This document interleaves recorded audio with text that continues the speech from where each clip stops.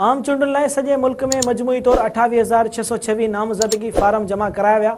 उन हवाले सां इलेक्शन कमीशन अंग अखर जारी करे छॾिया आहिनि।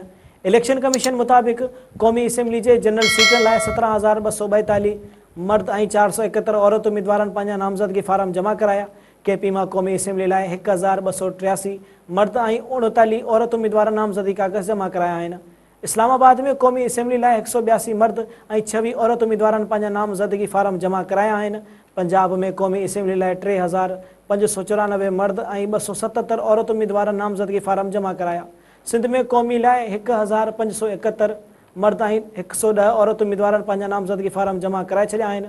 बलोचिस्तान में क़ौमी लाइ 612 ऐं 19 औरत उम्मीदवारनि नामज़दगी कागज़ जमा कराया आहिनि।